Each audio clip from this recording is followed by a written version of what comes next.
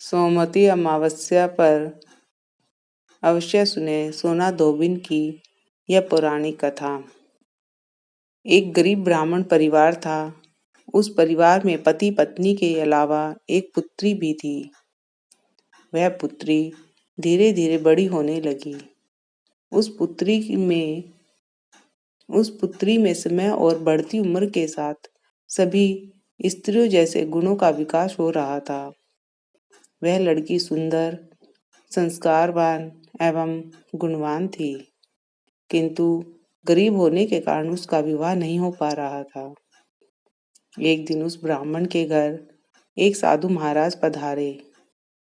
वो उस कन्या के सेवा भाव से काफी प्रसन्न हुए। कन्या को लंबी आयु का आशीर्वाद देते हुए साधु ने कहा कि इस कन्या के हथेली में विवाह योग्य रेखा नहीं है। ब्राह्मण दंपति ने साधु से उपाय पूछा कि कन्या ऐसा क्या करे कि उसके हाथ में विवाह योग बन जाए। साधु ने कुछ देर विचार करने के बाद अपनी अंतर्दृष्टि से ध्यान करके बताया कि कुछ दूरी पर एक गांव में सोना नाम की धोबिन जाति की एक महिला अपने बेटे और बहू के साथ रहती है, जो बहुत ही आचार विचार और संस्कार संपन्न तथा पतिपरायण है। यदि यह कन्या उसकी सेवा करे और वह महिला इसकी शादी में अपने मांग का सिंदूर लगा दे, उसके बाद इस कन्या का विवाह हो तो इस कन्या का वैधव्य योग मिट सकता है। साधु ने यह भी बताया कि वह महिला कहीं आती जाती नहीं है। यह बात सुनकर ब्राह्मणी ने अपनी बेटी से धोबिन की सेवा करने की बात कही। अगले दिन कन्या प्रातःकाल ही उठकर सोना धोबिन के घर जाकर साफ सफाई और अन्य सारे काम करके घर वापस आ जाती। एक दिन सोना धोबिन अपनी बहू से पूछती है कि तुम तो सुबह ही उठकर सारे काम कर लेती हो और पता भी नहीं चलता।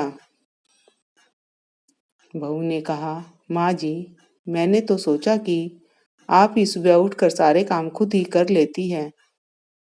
मैं तो देर से उठती हूँ। इस पर दोनों सासू बहू निगरानी करने लगी कि कौन है जो सुबह ही घर का सारा काम करके चला जाता है। कई दिनों के बाद धोबी ने देखा कि एक कन्या मुंह अंधेरे घर में आती है और सारे काम करने के बाद चली जाती है। जब वह जाने लगी तो सोना धोबिन उसके पैरों पर गिर पड़ी, पूछने लगी कि आप कौन हैं और इस तरह छुप कर मेरे घर की चाकरी क्यों करती है। तब कन्या ने साधु द्वारा कही गई सारी बात बताई। सोना धोबिन पति परायण थी, उसमें तेज था। वह तैयार हो गई। सोना धोबिन के पति थोड़ा अस्वस्थ थे। उसने अपनी बहू से अपने लौट आने तक घर पर ही रहने को कहा। सोना धोबिन ने जैसे ही अपने मांग का सिंदूर उस कन्या की मांग में लगाया, उसका पति मर गया। उसे इस बात का पता चल गया। वह घर से निर्जल ही चली थी, यह सोचकर कि रास्ते में कहीं पीपल का पेड़ मिलेगा तो उसे भंवरी देकर और उसकी परिक्रमा करके ही जल ग्रहण करेगी। उस दिन सोमवती अमावस्या थी। ब्राह्मण के घर मिले पुए पकवान की जगह उसे ईंट के टुकड़ों से 108 बार भंवरी देकर 108 बार पीपल के पेड़ की परिक्रमा की और उसके बाद जल ग्रहण किया। ऐसा करते ही उसके पति के मुर्दा शरीर में वापस जान आ गई। धोबिन का पति वापस जीवित हो उठा।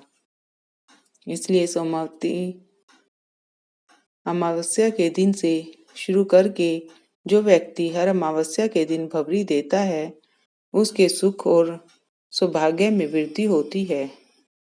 पीपल के पेड़ में सभी देवों का वास होता है। अतः जो व्यक्ति हर अमावस्या को न कर सके, वह सोमवार को पड़ने वाली अमावस्या के दिन 108 वस्तुओं की भवरी देकर सोना धोबिन और गोरे गणेश का पूजन करता है, उसे अखंड सौभाग्य की प्राप्ति होती है। ऐसी प्रचलित परंपरा है कि पहली सोमवती अमावस्या के दिन दान, धान, पान, हल्दी, सिंदूर और सुपारी की भवरी दी जाती है। सोमवती अमावस्या को अपने सामर्थ्य के हिसाब से फल, मिठाई, सुहाग सामग्री, खाने की सामग्री इत्यादि की भवरी दी जाती है और फिर भवरी पर चढ़ाया गया सामान किसी सुपात्र ब्राह्मण, नंद या भांजे को दिया जा सकता है। यह ध्यान रखें, यह भवरी का सामान अपने गोत्र या अपने से निम्न गोत्र में दान नहीं देना चाहिए। बोलो विष्णु भगवान की जय, लक्ष्मी नारायण भगवान की जय, भोले भंडारी की जय, ब्रह्मा विष्णु महेश की जय। ओम नमो भगवते वासुदेवाय, ओम नमो भगवते वासुदेवाय, ओम नमो भगवते वासुदेवाय। श्रीमन नारायण नारायण नारायण, भजमन नारायण नारायण नारायण। लक्ष्मी नारायण भगवान की जय।